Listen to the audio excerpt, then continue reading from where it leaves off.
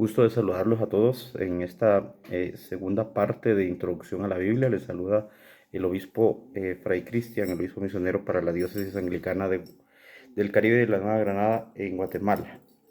Entonces, este curso va correspondiendo a tanto para la orden como para los laicos de nuestras congregaciones, como para aquel que pueda acceder. Entonces, en esta segunda parte queremos ya introducirnos un poco en cómo va a ser el sistema que vamos a utilizar para acercarnos a este curso. De manera que es necesario reconocer que mediante la ciencia utilizamos una aproximación a lo que el texto quiere dar a entender con lo que es la revelación.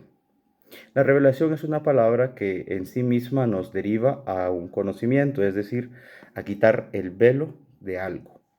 Entonces, si la revelación se manifiesta por medio de la escritura, como entendíamos en el video pasado, es necesario conocer la escritura en sus raíces fundamentales.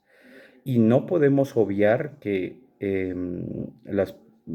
lo que corresponde es entender que el texto que ha llegado a nosotros viene de la cultura hebrea.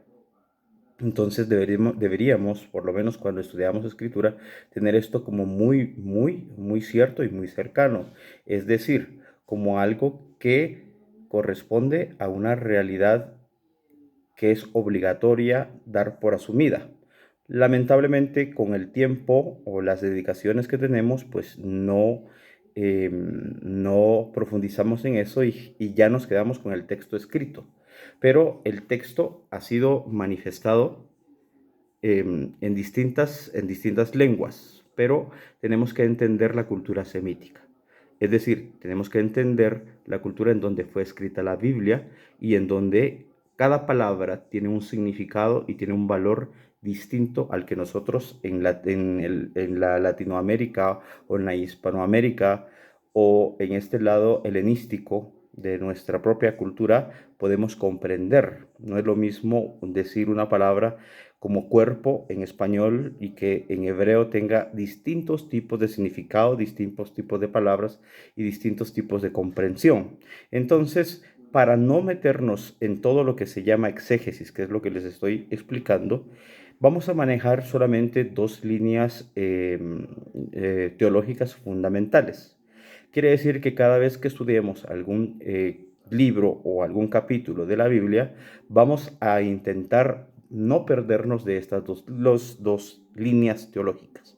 Evidentemente, en las clases en vivo, pues nos podemos desviar un poco, ya sea por dudas, ya sea porque salgan algún tipo de comentarios o porque tengamos que hacer alguna referencia a algún otro tipo de escritura, entiéndase Antiguo o Nuevo Testamento.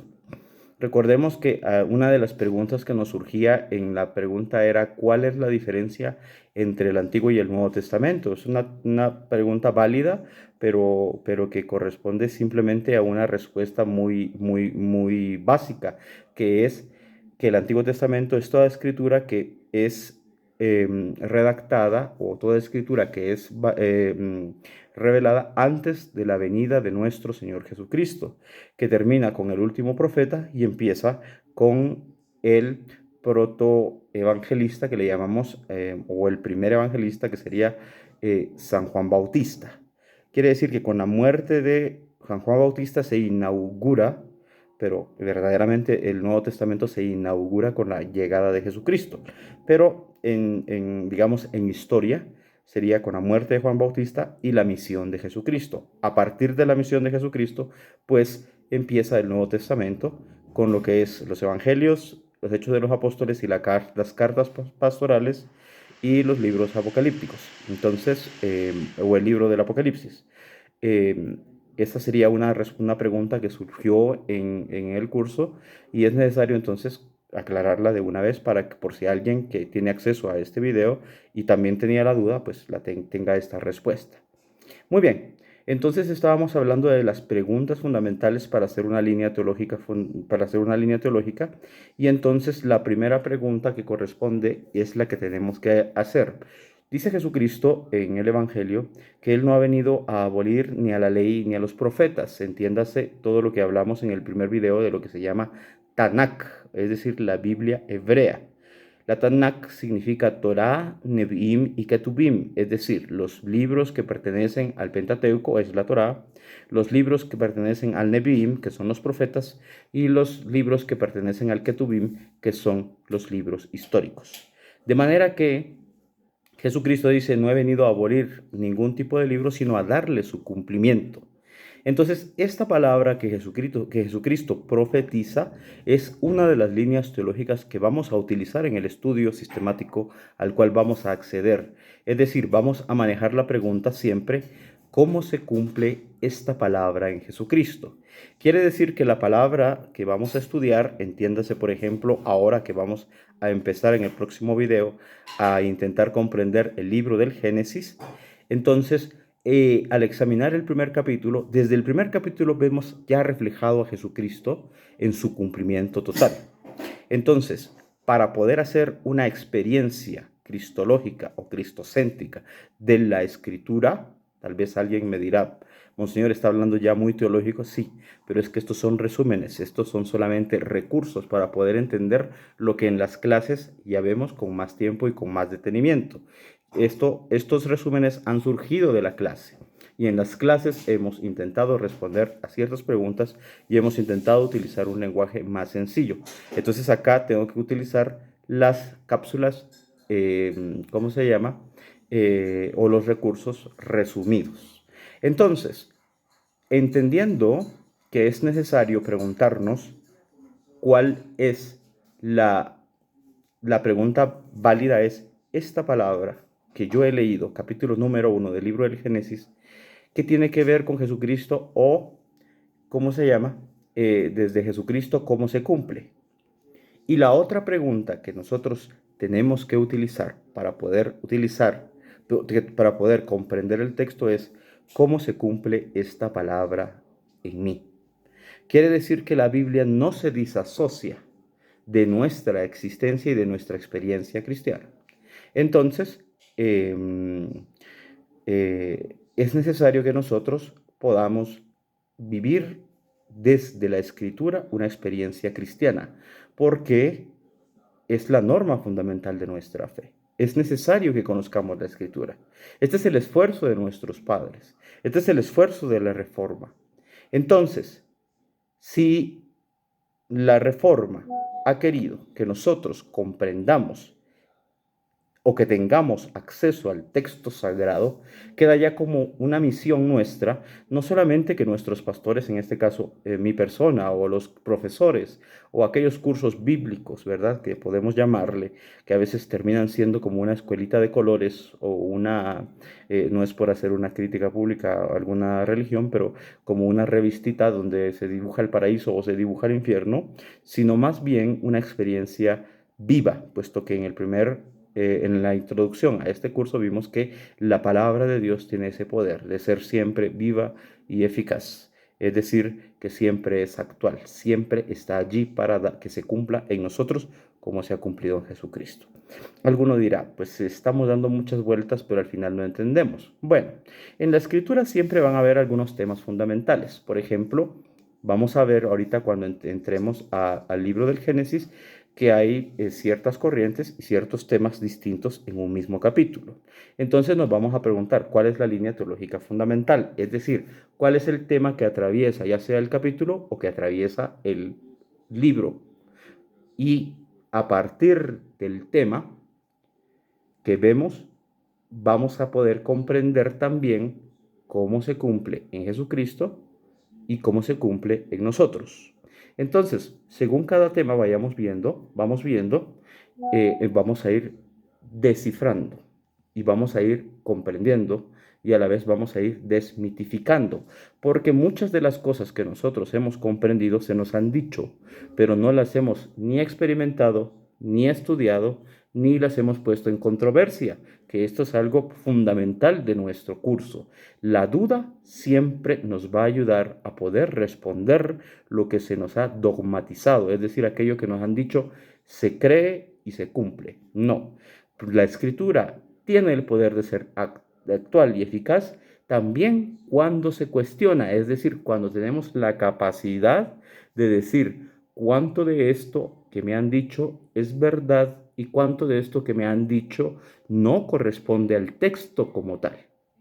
Esto dirá alguno, bueno, pero usted está cuestionando la escritura. No, estoy cuestionando lo que nos han dicho de la escritura, porque muchas veces el texto, hay un refrán muy dicho que dice, un texto sacado de contexto es un pretexto, de manera que es necesario que nosotros conozcamos el texto como tal, tengamos el texto en la mano, leamos el texto y a partir del texto preguntémonos qué es lo que el texto quiere decir, qué es lo que el texto quiere manifestar, qué es lo que el texto quiere dar a conocer y qué es lo que el texto se cumple en mí.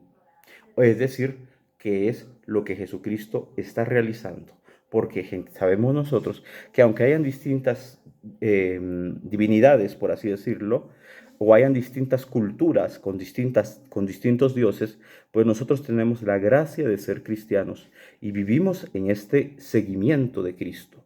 Pero este seguimiento, como les decía al principio de este video, debe ser desvelado, porque ya la revelación ha sido dada en Jesucristo, ya el velo se quitó.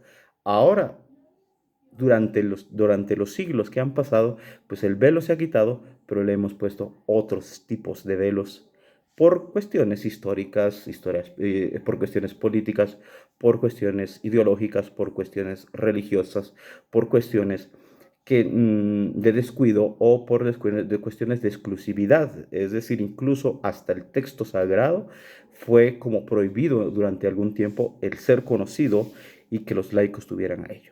Entonces, cuando se hace la reforma, el esfuerzo es que el pueblo tenga la escritura. Los anglicanos pues hacen la reforma, ¿verdad? Para que se pueda tener la escritura en inglés en Inglaterra. Lutero hace la reforma para que se pueda tener la Biblia en alemán.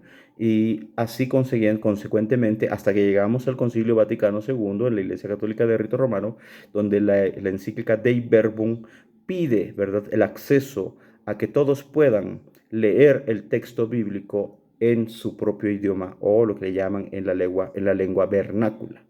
Quiere decir que también se hacen todas las traducciones a los idiomas como el nuestro, en el español o el portugués o el italiano, con la variación que cada palabra que vemos y hemos visto o vamos a seguir viendo durante se va desarrollando el curso, muchas veces no corresponden con las palabras que en español se dicen, sean más fuertes o sean más débiles, tengan un acento potencializado en una forma de comprenderla desde nuestra realidad o tengan un acento más enfatizado en unos verbos que no existen en nuestro idioma y que hemos tenido que adaptar para poder medio comprender lo que se quiso o lo que se quiere dar a entender en el texto.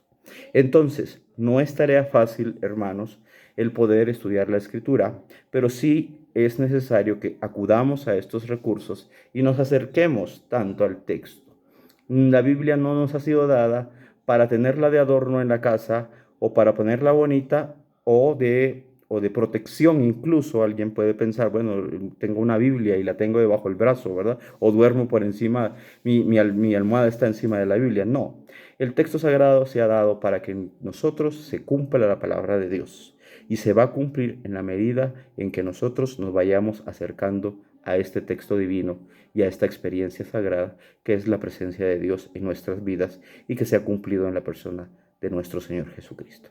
Entonces, en breves palabras, repetimos, ¿verdad? La línea teológica fundamental es lo que el texto quiere dar a entender o el mensaje que quiere dar a comprender, y de ella se desprende la línea teológica de decir qué es o cómo se cumple esta palabra en Jesucristo y luego cómo se cumple esta palabra en mí, puesto que su eficacia siempre es real y verdadera.